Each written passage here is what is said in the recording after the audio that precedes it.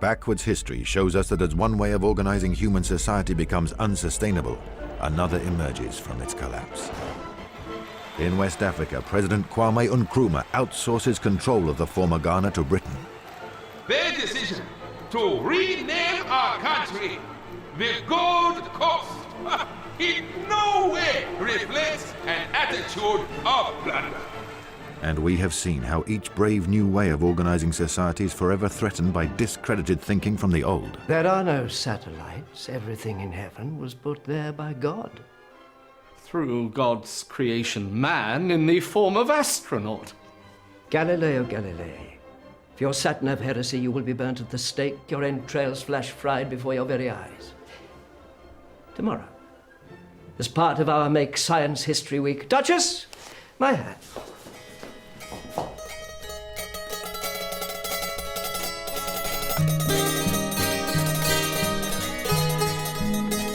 We've been headed the wrong way all through time, living in the wrong place, wrong life, traveling over it one day,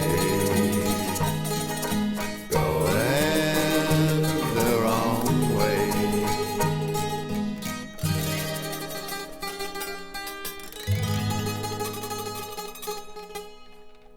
As history goes backwards, there is for some a sense of loss, a feeling that everything was better before. Others embrace the new. One such is George Stephenson. Here in Stovepipe Hat, he gazes at his brave new train design, the Rocket, only to find that after just one night left out on the siding, his train now bears the taint of that old world he had hoped to leave behind. It is women who are losing most, but why? What can explain the sudden drop in numbers of successful women in business, engineering, science and management? Your 10 o'clock with the foreign desk's chief economist?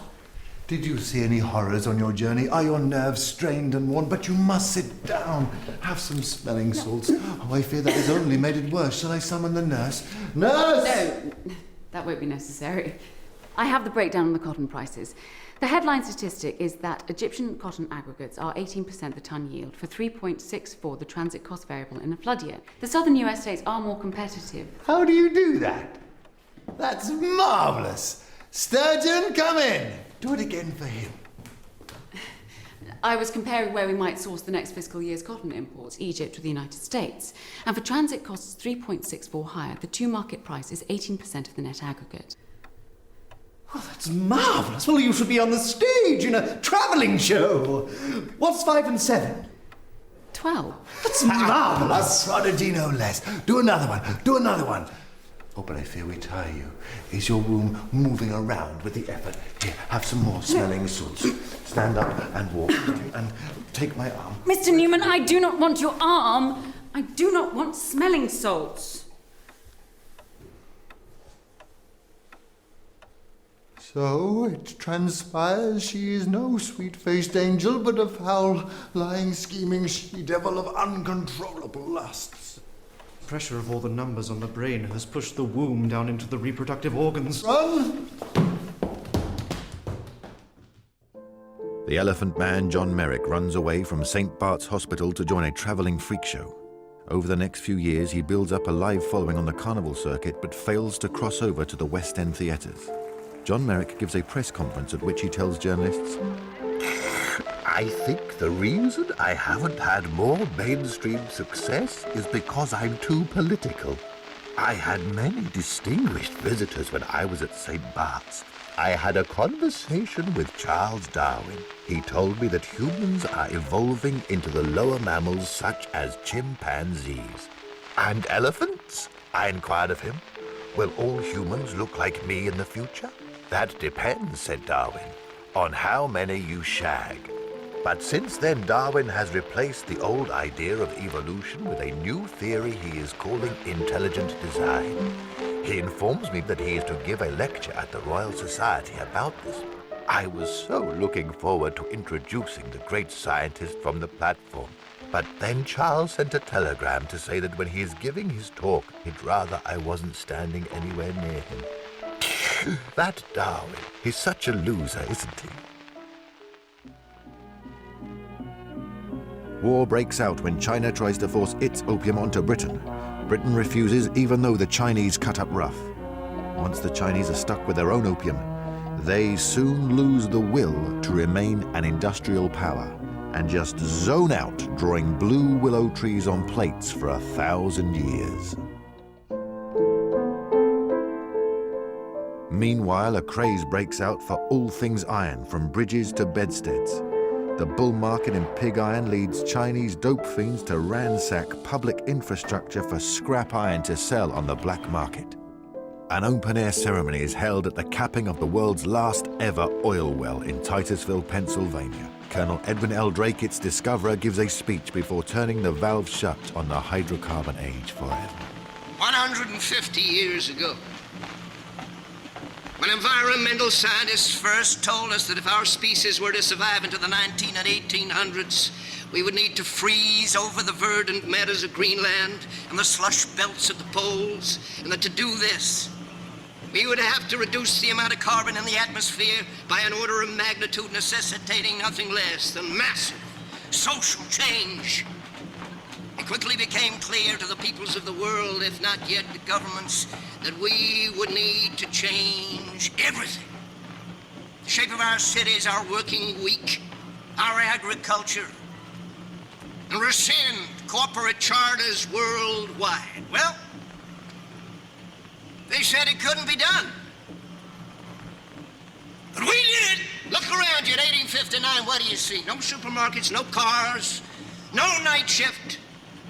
Let us celebrate this transition from an oil-based society. I invite you all now to raise the last 500 plastic beakers the world will ever know in a toast to the Dixieland Energy Plant, discoverers of an alternative energy source just when we needed it most.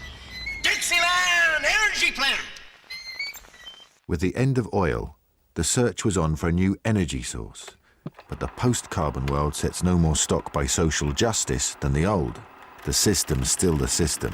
It just got more fierce.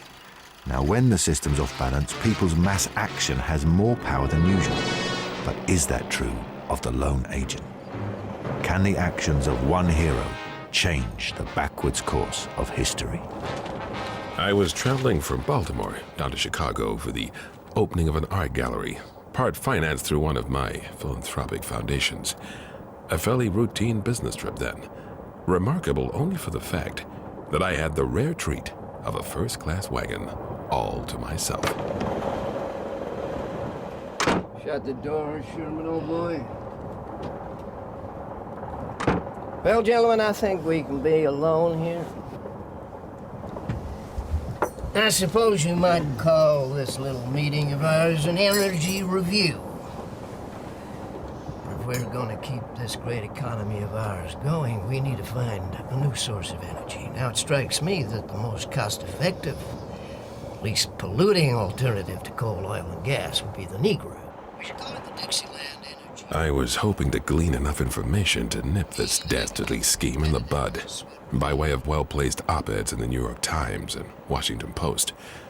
But what I hadn't reckoned with was what was happening a few miles up the track. Chinese dope fiends were taking up the Great American Railroad line tie by tie, rail by rail, to sell us scrap iron for dollars with which to buy more opium to feed their incessant craving. It would mean that economic competitiveness would remain.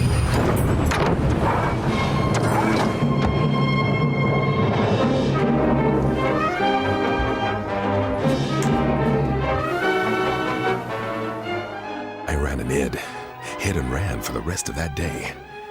As evening approached, they were gaining on me and I was spent, all in, and close to giving up. But then, I had an amazing stroke of luck. Tip of the wings, we end up in Atlantic City. Tap on the tiller, we fly clear through to the sands of Araby.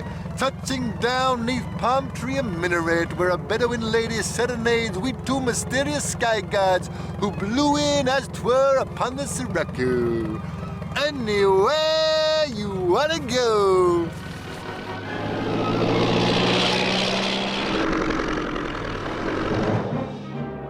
trust you enjoyed your journey. Be sure to fly Wright Brothers again. Anywhere you want to go. Yes, sir, a tilt of the wings, our shadow races the rising sun. Or paddy fields of Japan. Meanwhile, across the Atlantic, the European powers celebrate the new spirit of harmony and mutual cooperation at the Treaty of Berlin. Who wants Congo? No, I couldn't possibly. I wonder whether you would care to accept Angola. No, you are too kind. What if I gave you Uganda as well, eh? Come, you cannot build any hotels on Kenya until you have Uganda. Oh, no, that is too much. I insist. Well, if you insist. You to have Algeria. Well, all right then, but tell me you'll at least take Libya, huh? Oh, bloody hell. And Egypt, huh? Oh, no, that's too much. I just wouldn't know what to do with it. Oh, come on. Gentlemen, our work here is done.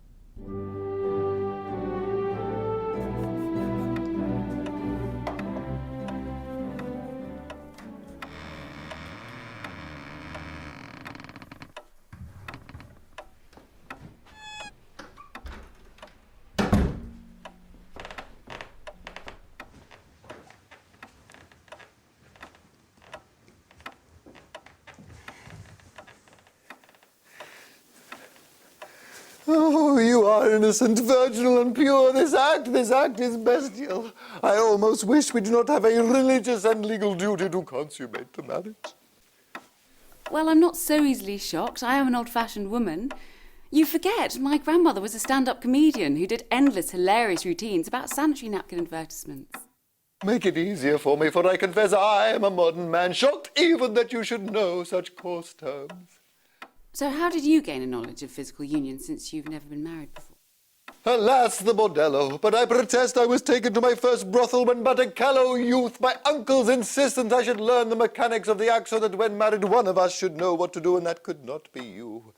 My pure snowdrop, untouched mountain celandine. Besides, it is necessary for reasons of health, and to prevent the build-up of nervous energy for a bachelor to have frequent recourse to the bordello.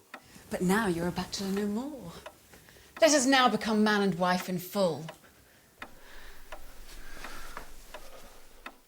It is such a defiling of your chaste purity, I have no words to describe it. I would wish to preserve you forever in the Elysian fields of virginal innocence rather than having your fairy tale destroyed by the deed itself. Does not the wedding night between a man and a woman, their union freshly consecrated before God and the Church, have its own purity which can never be defiled? Oh, dearest, you are right. Oh, yes. Yes.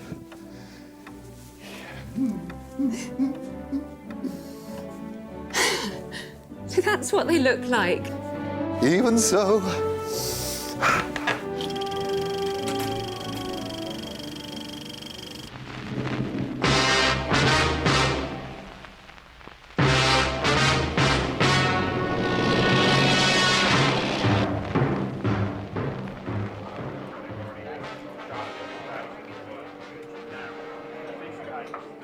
I escaped, but I needed evidence. So, I planted the last Edison phonograph in America on a restaurant terrace, clandestinely to record their plotting. Once I had their words on cylinder, I would then be able to blow the lid off this criminal conspiracy.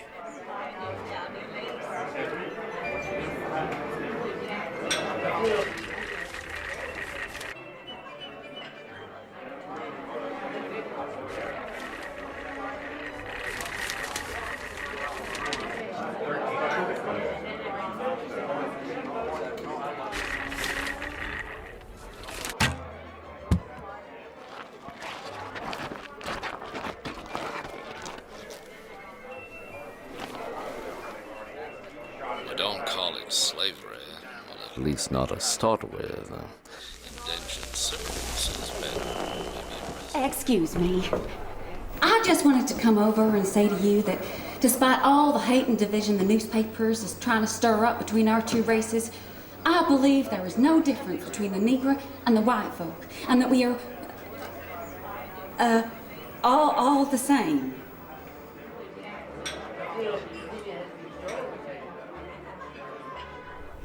Yeah. Thank you. I really do appreciate the sentiment.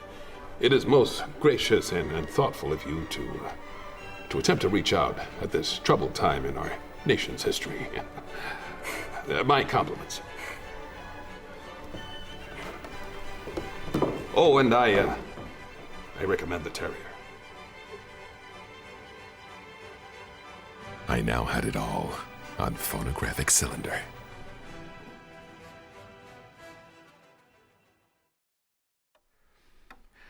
I have it all here, Your Honor. You have done very well, sir. Thank Do me a favor and lift that Edison phonograph off the shelf. Well, no problem, Your Honor. Oh, it's heavy. There you go. Need light work of that. I guess so.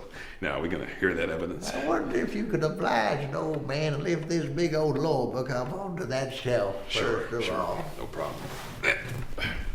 There you go. Now, you want to hear that evidence. Look at that. Hardly broke sweat, did you? I guess not. It almost looks like you could lift heavy loads all day. The recording. What? Well, you going to hear the recording? Oh, yes. The recording. Right. I believe you know the general.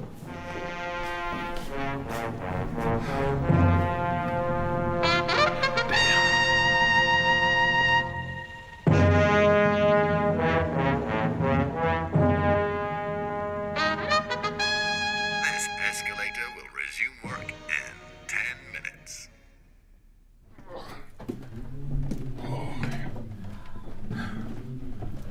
This escalator will resume work in 10 minutes.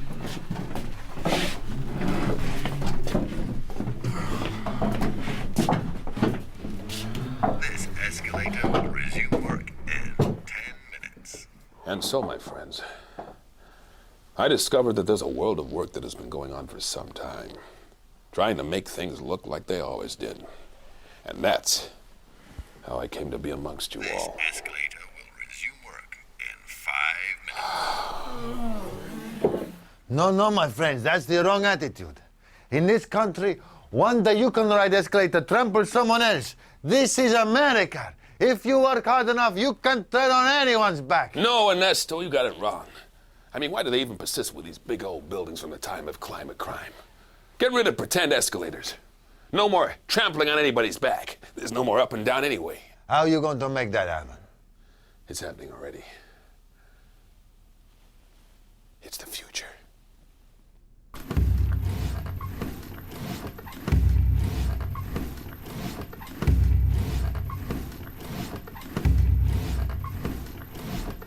No more National Grid, no more elevator. Gonna build things small.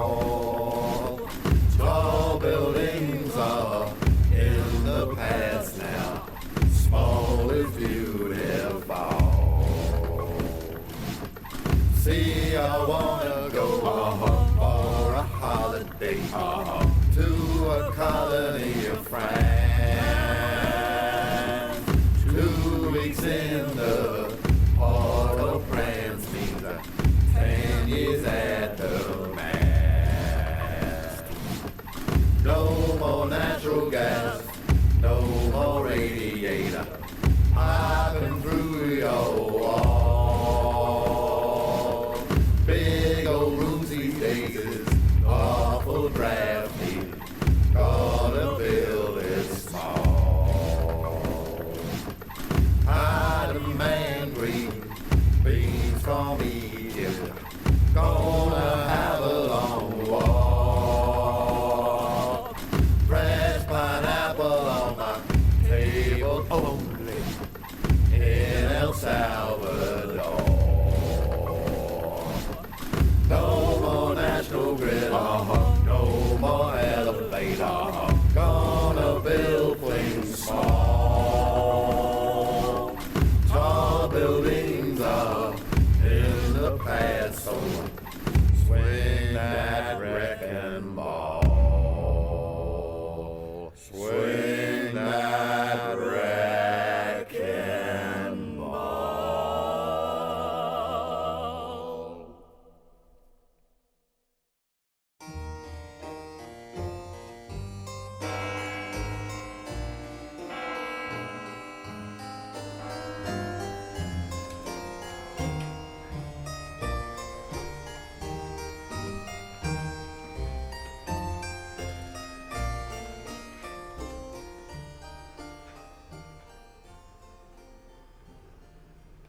Our friend Galileo tied to the stake for his sat-nav heresy. Truly, these are bad days for science. Is there anywhere on this benighted earth that offers a happy vista?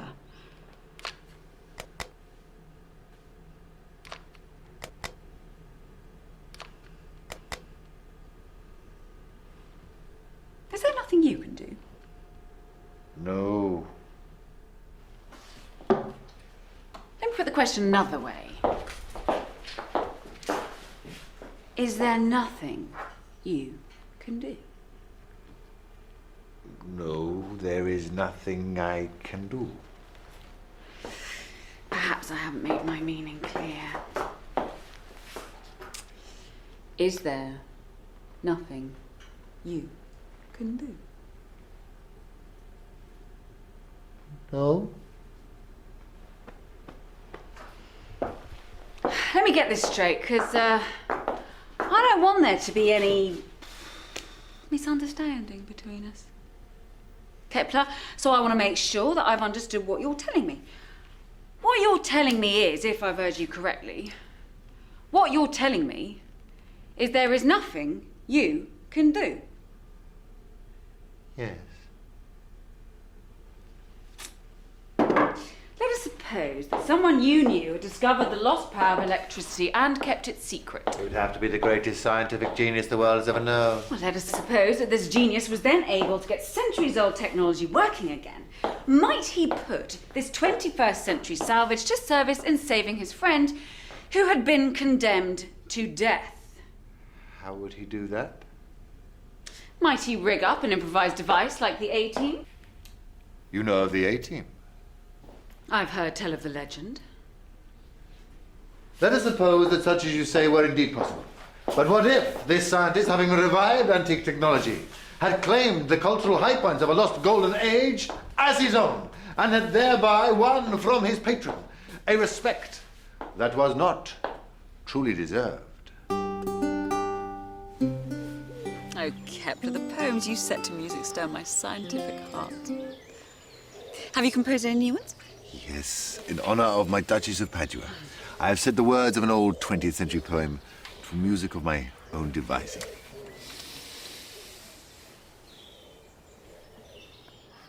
Dance! Boogie Wonderland! Yeah, yeah, yeah! Dance! Boogie Wonderland! Ha, ha!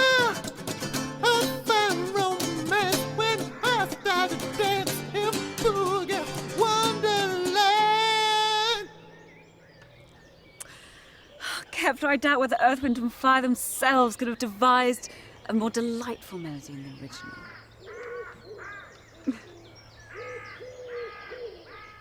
If such indeed were the case, Duchess, would you not pity the fool? Not only would such a revelation detract nothing from his great scientific achievement, but she would all the more revere a soul that sacrifices esteem and reputation for the life of a friend. So you would lose a bit of respect for him then? A little. It may be that he is at work even now upon a plan to save Galileo.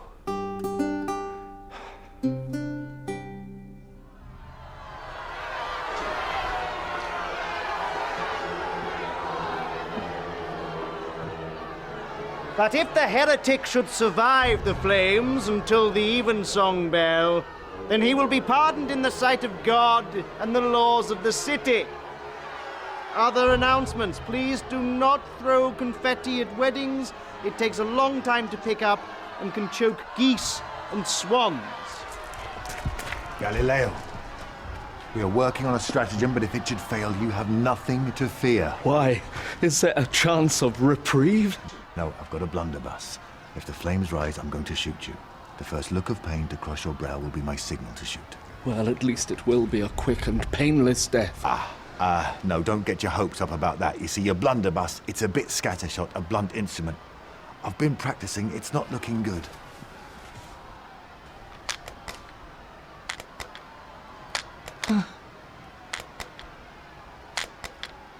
Eventually he escaped, But it took about 20 minutes of continual direct hits just to get to that. Well, they say trial by fire is a quick death, so if you don't mind, I think I'd rather take my chances. I won't let them burn you. Not my friend. I won't let them burn Galileo at the stake. A bullet will reach you first, my friend. Or 10 or 20, maybe 50 bullets. 50 bullets. More like hot, molten pellets. Taking off chunks of flesh, but you'll be spark out by then. Spark out. Here are 40 reals. Give me your clothes and mask. What's that in ducats? I don't know, but it's 13 doubloons. So what's that? It's 5 scoodies. Which is 10 lira. I see. It's 20 florins. I command you. Oh. Why didn't you say?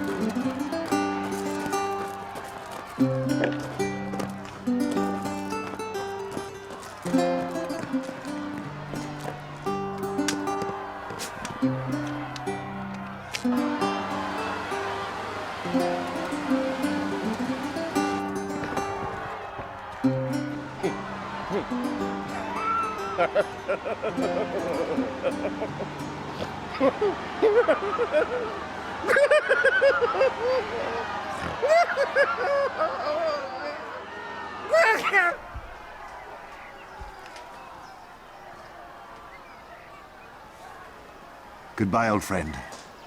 The world of science loses a genius.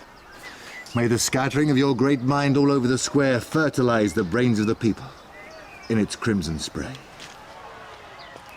Oi! Recognise the face? I don't! Ooh!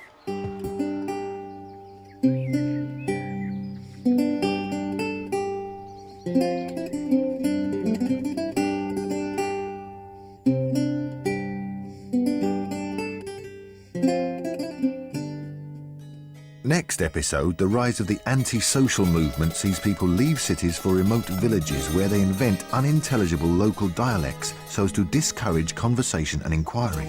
Not only will people in far-flung regions develop different dialects, but even in the same street. Peter, old man, what's going on? You didn't talk like that yesterday. Abnoy did, Abnoy does not. Flax and fall on bidding yarn be known of matted flu. I thank ye to call me Gallimumfrey for now on. So join us next week as we are pulled further through the hedge of history, backwards. And Rob's back with brand new Backwards History next Tuesday at 10.